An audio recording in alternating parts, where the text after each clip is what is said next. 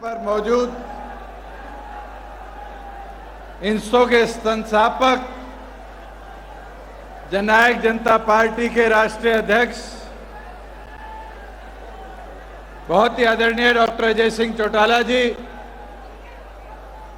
हमारे बीच में मौजूद सरदार निशांत सिंह जी, डॉक्टर केसी बांगड़ जी, हरियाणा सरकार में मंत्री अनूप जी, विधायक जोगीराम जी, अमरजीत ढांडा जी,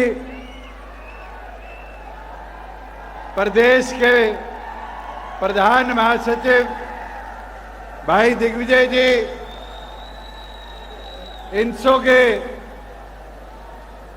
राष्ट्रीय अध्यक्ष आप सबको दिशा देने वाले भाई प्रदीप देसवाल जी, प्रदेश के बहुत ही कर्मठ हमारे दोनों प्रदेश प्रभारी प्रदेश अध्यक्ष भाई रवि जी, भाई अजय राव जी, भाई बहन मंजू जाखड़ जी, हमारे बीच पे मंच पर बैठे सभी जननायक जनता पार्टी के इंसो के वरिष्ठ पदाधिकारीगण और प्रदेश और राजस्थान, दिल्ली, पंजाब, चंडीगढ़ से आए इंसो के मेरे साथियों, मुझे बड़ी खुशी हुई। अभी एक साथी ने आके लिस्ट दी कि राजस्थान के 10 कॉलेजों के साथी हमारे बीच में बस भरकर अभी यहां पहुंचे हैं और मैं एक चीज से शुरुआत करूंगा। आपने निभाया है ऐसा साथ कोई निभा नहीं सकता। जेजेपी के चिरागों को अब कोई बुझा नहीं सकता। हौसलों के साथ मजबूती से खड़े रहेंगे हम, कोई तूफान आकर भी हमें हिला नहीं सकता। साथियों, इस सफर के अंदर 21 साल में डॉक्टर अजय सिंह चौटाला जी ने यह पौधा दिल्ली यूनिवर्सिटी के चुनाव में लगाया था। दिल्ली यूनिवर्सिटी से धीरे धीरे ये पौधा हरियाणा प्रदेश के प्रत्येक कॉलेज, पंजाब यूनिवर्सिटी के प्रत्येक कॉलेज, राजस्थान यूनिवर्सिटी के प्रत्येक यूनिवर्सिटी कॉलेज तक हमने पहुंचाया है। और इस 21 साल के सफर में जहां ये इंसो का पौधा आज फलदार पेड़ बना है, वहां जननायक जनता पार्टी के निर्माण में भी इसका बहुत बड़ा योगदान रहा है।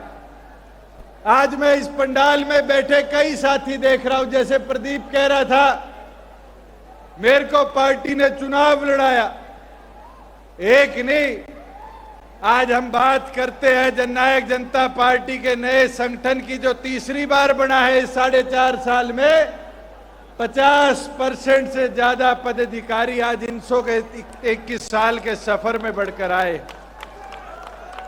और मैं ये आज विश्वास के साथ कह सकता हूं कि इस सफर के अंदर एक एक साथी ने जो मेहनत करी कॉलेज में संगठन खड़े करने की, आज की ये नई पीढ़ी जो यहां बैठी है, ये अगले 20-25 साल की नींव हम आज यहां रखकर जा रहे हैं। साथियों, कोई सफर छोटा नहीं होता। एक एक ईंट जोड़े मकान बनता है और एक बूंद जब मिलती है तो समंदर जैसा विशाल बनता है। आज आपको मेहनत करनी है। और मैं तो आज दिग्विजय सिंह को कहूंगा, ये छात्र ओंकार रैली में बस नहीं करनी। आपके पड़ोस के राजस्थान के अंदर अब कॉलेजों के, यूनिवर्सिटियों के चुनाव आने वाले हैं इस महीने के अंत तक। ये प्रतीक मेहरिया जी, युवा प्रदेश अध्यक्ष राजस्थान, यहां हमारे बीच में बैठे हैं। प्रतीक जी, इस टीम को आह्वान करो कि अगले 25 दिन राजस्थान के एक कॉलेज में जाकर कैंडिडेट उतारने का काम करे और नवंबर के विधानसभा चुनाव की नींव को और मजबूत करने का काम करो।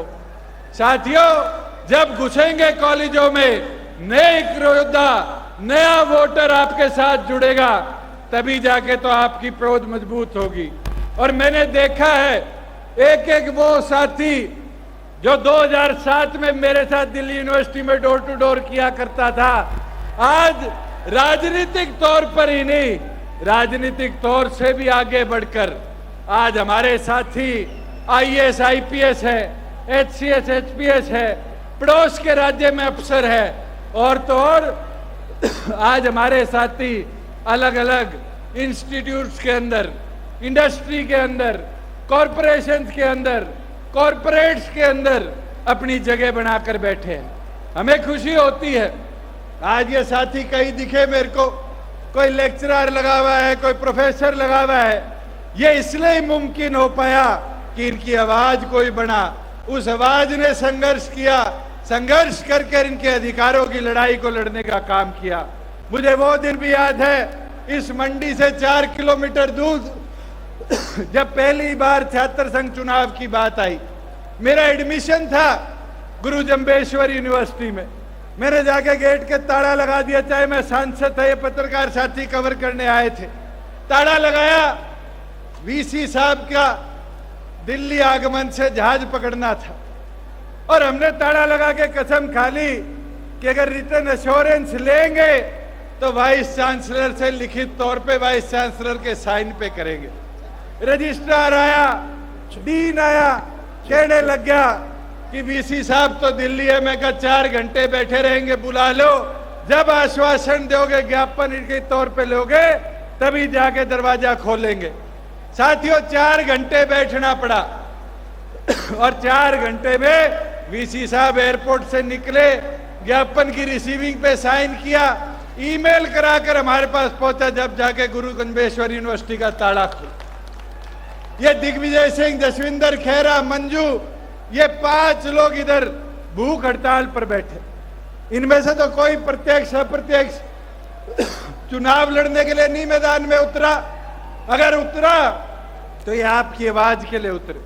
भूख हड़ताल पे 5 दिन बैठे, 8 शर्तें थी, उन 8 शर्तों को लिखित में मैंने सरकार तक पहुंचाया और खुशी हुई कि 8 की 8 शर्तों को कोमा फुल स्टॉप भी चेंज नहीं किया, सरकार ने मानकर प्रत्यक्ष चुनाव प्रदेश में कराने का काम किया। और आज प्रदीप कह रहा था कि चुनाव के लिए परमिशन दे दो। साथियों, आप छात्र संगठन हो, आप अपनी लड़ाई लड़ते हो, सरकार के अंदर बात करनी होगी, हम 10 हैं, हम वहां पर बात रखने का काम करेंगे, मगर अपनी मुहिम तो शुरू करो। आज मुहिम शुरू नहीं होगी तो आपकी बात को पहुंचाने का काम कौन करेगा? मैं एक चीज जरूर मानता हूं, समय समय पर अपनी बात को खुलकर रखना चाहिए। आज हम प्रदेश की बात करते हैं, मेरे पास कई साथियों का फोन आया कि जी हाई कोर्ट ने सीईटी पर परसों स्टे कर दिया, हमारा सैटरडे को पेपर है, क्या होगा?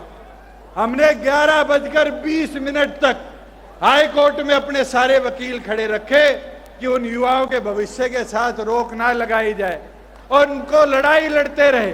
मगर रात को 11:30 बजे सिंगल बेंच का ऑर्डर आया, कोर्ट बंद हो गया।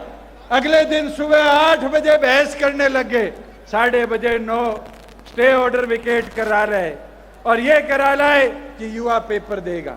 पेपर कल भी हुआ, कल वाला कल होगा, आज भी हुआ और आगे भी ऐसे होते रहेंगे। साथियों, ये लड़ाई है, ये लड़ाई आप लोगों की है। उस लड़ाई को लड़ना कानूनी तौर पे काम हमारा है और हम लड़ते रहेंगे, मगर समय समय पर वो लड़ाई, वो बात हमारे तक पहुंचानी भी तो जरूरी है। कोरोना था, 2 साल तुम सो गए थे कि चुनाव की बात ही नहीं करी, आज बात आई है और मैं ये वादा करता हूं, तुम शुरुआत करो, एक कॉलेज से, एक यूनिवर्सिटी से सरकार के तौर पर मंजूरी दिलवाकर प्रदेश में हम छात्र संघ चुनाव करवाने का काम करेंगे। साथियों, जहां पार्टी की बात है, हम 10 लोगों ने प्रदेश के अंदर बदलाव कितने लाने का काम किया। आज हम देखते हैं, आज हम सुनते हैं, आज हम करते हैं। आज कांग्रेस के साथी कहते हैं प्रदेश बर्बाद हो गया। ये हिसार के साथी बैठे, पूछो कितना बड़ा रनवे बन रहा है। देश का सबसे बड़ा अगर कोई एयरपोर्ट बनेगा 7200 एकड़ में, तो हरियाणा के इस हिसार की धरा पर बनेगा। क्या प्रदेश बर्बाद हुआ? हिसार शहर में आप आए हो, जाम की स्थिति थी। इस जाम से निजात मिलाने के लिए 700 करोड़ का एलिवेटेड पुल बनेगा, तो फायदा किसको होगा? हरियाणा प्रदेश के हिसार को। मैंने एक शुरुआत करी थी इसी हिसार से, और उस समय सांसद था, कहता था फाटक मुक्त हरियाणा बनाएंगे, शुरुआत हिसार से करेंगे। आज तथ्यों के साथ कहता हूं, आज एक फाटक रह गया था, उसकी भी 15 दिन पहले मंजूरी आ गई, और देश का पहला जिला होगा जो 100% फाटक रहित होगा। साथियों, नियत और काम करने की तो कोई कमी नहीं रहती। आज उठाकर देखो, 34,000 करोड़ का निवेश प्रदेश में आया। 34,000 करोड़ में कोई कंपनी प्रदेश छोड़कर नहीं भागी। कांग्रेस का शासन था, गोलियां चली, लाठियां बरसी, हीरो गई, होंडा गई, मारुति गई। क्या मारुति को वापिस नहीं लाए?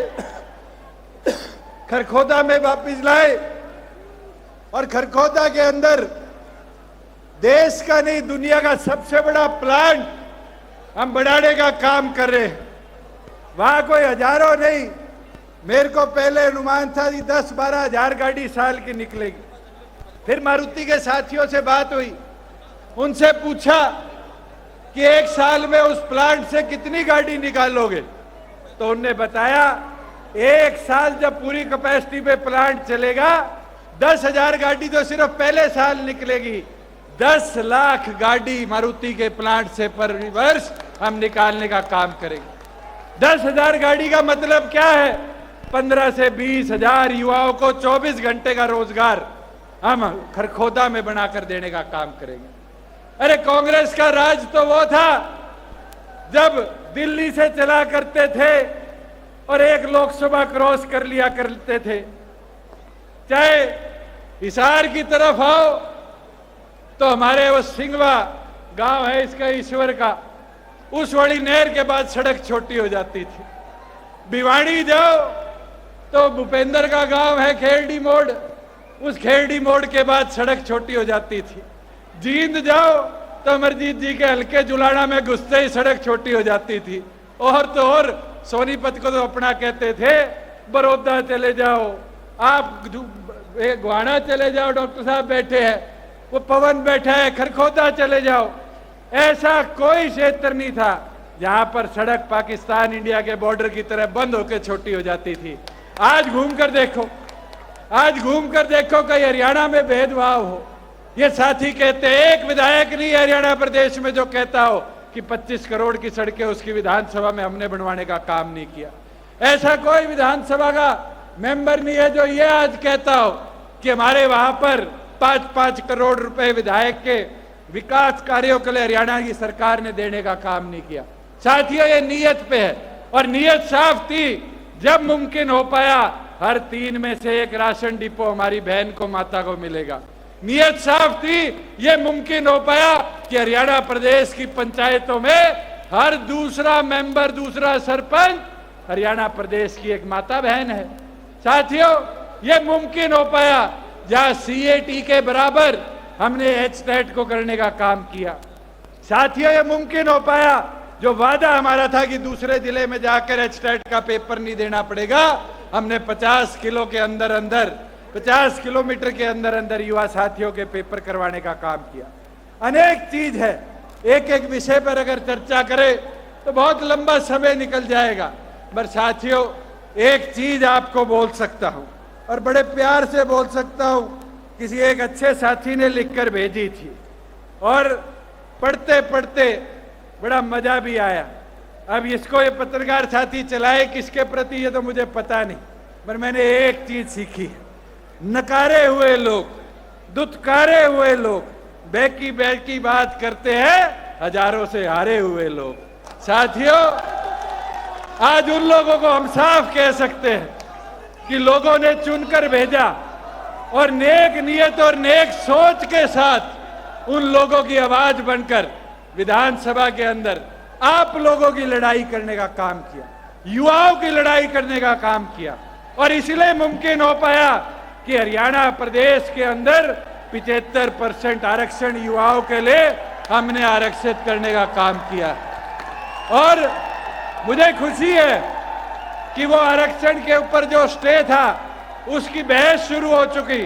पिछले सोमवार मंगलवार को बहस थी और सोमवार से दोबारा बहस शुरू हो जाएगी, और ये मेरा वादा है इस महीने के अंत तक कानूनी प्रावधान पेच सारे खुलवाकर उस कानून को लागू कर हरियाणा प्रदेश के प्रत्येक रोजगार में 75% हिस्सेदारी आप जैसे बहनों भाइयों के लिए हम लाने का काम करेंगे।